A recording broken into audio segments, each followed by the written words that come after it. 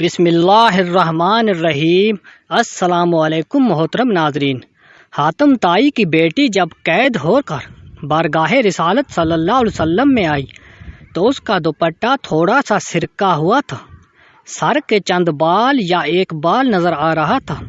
آپ صلی اللہ علیہ وسلم نے حضرت عمر رضی اللہ عنہ کو فرمایا، عمر بیٹی کے سر پر دوپٹہ دو۔ حضرت عمر رضی اللہ عنہ نے کہا، یا رسول اللہ صلی اللہ علیہ وسلم، یہ ایک کافر کی بیٹی ہے۔ آپ صلی اللہ علیہ وسلم نے رو کر فرمایا، عمر بیٹی بیٹی ہوتی ہے، چاہے کافر کی ہو یا مسلمان کی۔ پھر آپ صلی اللہ علیہ وسلم اپنی جگہ سے اٹھ کھڑے ہوئے اور چادر اٹھا کر بچی کے سر پر رکھ دی اور فرمایا، بیٹا میرے صحابہ آپ کو قید کر کے لائے ہیں، میرے پاس رہنا چاہو تو رہو، واپس جانا چاہو تو جا سکتی ہو۔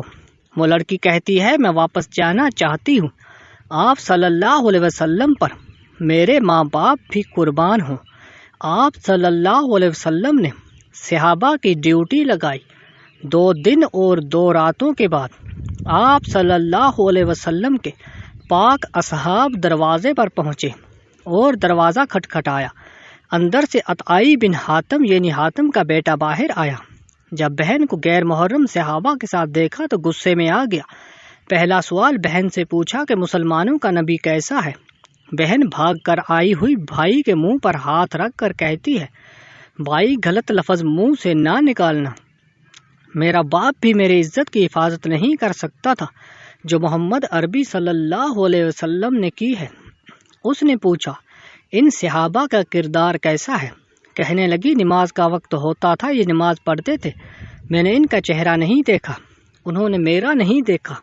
بھائی کا غصہ ٹھنڈا ہو گیا، کہنے لگا، اگر مسلمانوں کا نبی اتنا اچھا ہے تو مسلمان کیوں نہیں ہوئی؟ لڑکی کہنے لگی کہ دل چاہتا تھا مسلمان ہو جاؤں، پھر سوچا کہیں بھائی جہنمی ہو کر نہ مر جائے، تمہیں لینے آئی ہوں، آؤ دونوں بہن بھائی نبی کریم صلی اللہ علیہ وسلم کے قدموں کو چوم کر جنت کی بہاریں نہ لوٹ لیں۔ حضرت ابو بکر رضی اللہ عنہ پہلے شخص ہیں جنہوں نے رسول کریم صلی اللہ علیہ وسلم اور آپ کی نبوت پر دلیل طلب کی، اور اس کی وجہ یہ ہے کہ حضرت ابو بکر رضی اللہ عنہ تجارت کے سلسلے میں یمن میں تھے اور آپ کی عدم موجودگی میں حضرت نبی کریم صلی اللہ علیہ وسلم کو نبی بنایا گیا، اور حضرت ابو بکر رضی اللہ عنہ اپنے ساتھیوں کے ساتھ راستے میں ایک مقام پر ٹھہرے جہاں یمن کا ایک راہب تھا۔ راہب نے ان سے پوچھا، کیا تم میں کوئی خطیب ہے؟ انہوں نے کہا، ہاں، اور انہوں نے حضرت ابو بکر رضی اللہ عنہ کی طرف اشارہ کیا۔ اس نے آپ کو اکیلے ہی اپنے پاس بلایا اور آپ سے کہنے لگا، تو کہاں سے آیا ہے؟ آپ نے کہا، مکہ سے۔ اس نے کہا، وہاں کوئی مدعی نبوت ظاہر ہوا ہے؟ آپ نے کہا، نہیں۔ راہب نے کہا، مکے سے میرے پاس ایک تصویر آئی ہے، میں وہ آپ کو دکھاتا ہوں، اگر آپ نے اس سے ملتے جلتے کسی شخص کو پہچانا تو مجھے بتانا۔ سو اس نے آپ کے سامنے وہ تصویر پیش کی تو آپ نے کہا، یہ ایک شخص کی تصویر ہے جو محمد بن عبد المطلب کے نام سے مشہور ہے۔ راہب نے کہا، یہی وہ نبی ہے جس کی دعوت دی گئی ہے، اور وہ خاتم الانبیاء ہے، یہ اپنے دشمنوں پر فتح پائے گا اور اس کا دین دیگر ادیان پر غالب آ جائے گا۔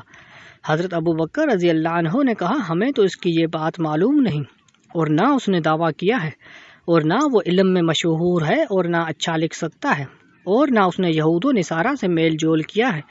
راہب نے کہا، یہ بینہ وہی نبی ہے، اور بعض قول ہے کہ راہب نے حضرت ابو بکر رضی اللہ عنہ سے کہا کہ آپ اس کے بعد اس کے دین کے ماننے والوں پر خلیفہ ہوں گے۔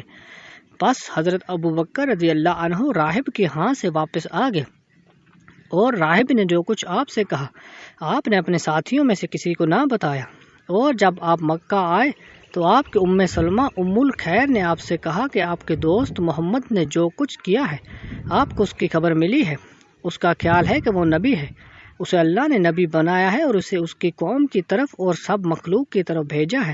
آپ نے اپنی ماں سے کہا، وہ کہاں ہے؟ اس نے کہا، وہ طرا میں ہے۔ حضرت ابو بکر رضی اللہ عنہ جلدی سے پہاڑی کی طرف گئے، اور آپ نے حضور صلی اللہ علیہ وسلم کو ایک غار میں دیکھا اور سلام کیا اور کہنے لگے، مجھے خبر ملی ہے کہ آپ نے نبوت اور رسالت کا دعویٰ کیا ہے۔ آپ نے حضرت ابو بکر صدیق رضی اللہ عنہ سے کہا، میں مدعی نہیں بلکہ اللہ تعالیٰ نے مجھے نبی بنایا ہے۔ حضرت ابو بکر رضی اللہ عنہ نے آپ سے پوچھا کہ آپ کے صدق کی دلیل کیا ہے؟ آپ صلی اللہ علیہ وسلم نے پوچھا، کیا تو نے میرا کوئی جھوٹ دیکھا ہے؟ آپ نے کہا، قسم با خدا نہیں، مگر یہ بات دلیل کے بغیر قبول نہیں کی جائے گی۔ نبی کریم صلی اللہ علیہ وسلم نے فرمایا، اس کی دلیل وہ بات ہے جو راہب نے آپ سے کہی ہے۔ حضرت ابو بکر صدیق رضی اللہ عنہ نے کہا، میں گواہی دیتا ہوں کہ اللہ کے سوا کوئی معبود نہیں اور آپ اللہ کے رسول ہیں، اور میں اس بات میں آپ کا پہلا پیروکار ہوں۔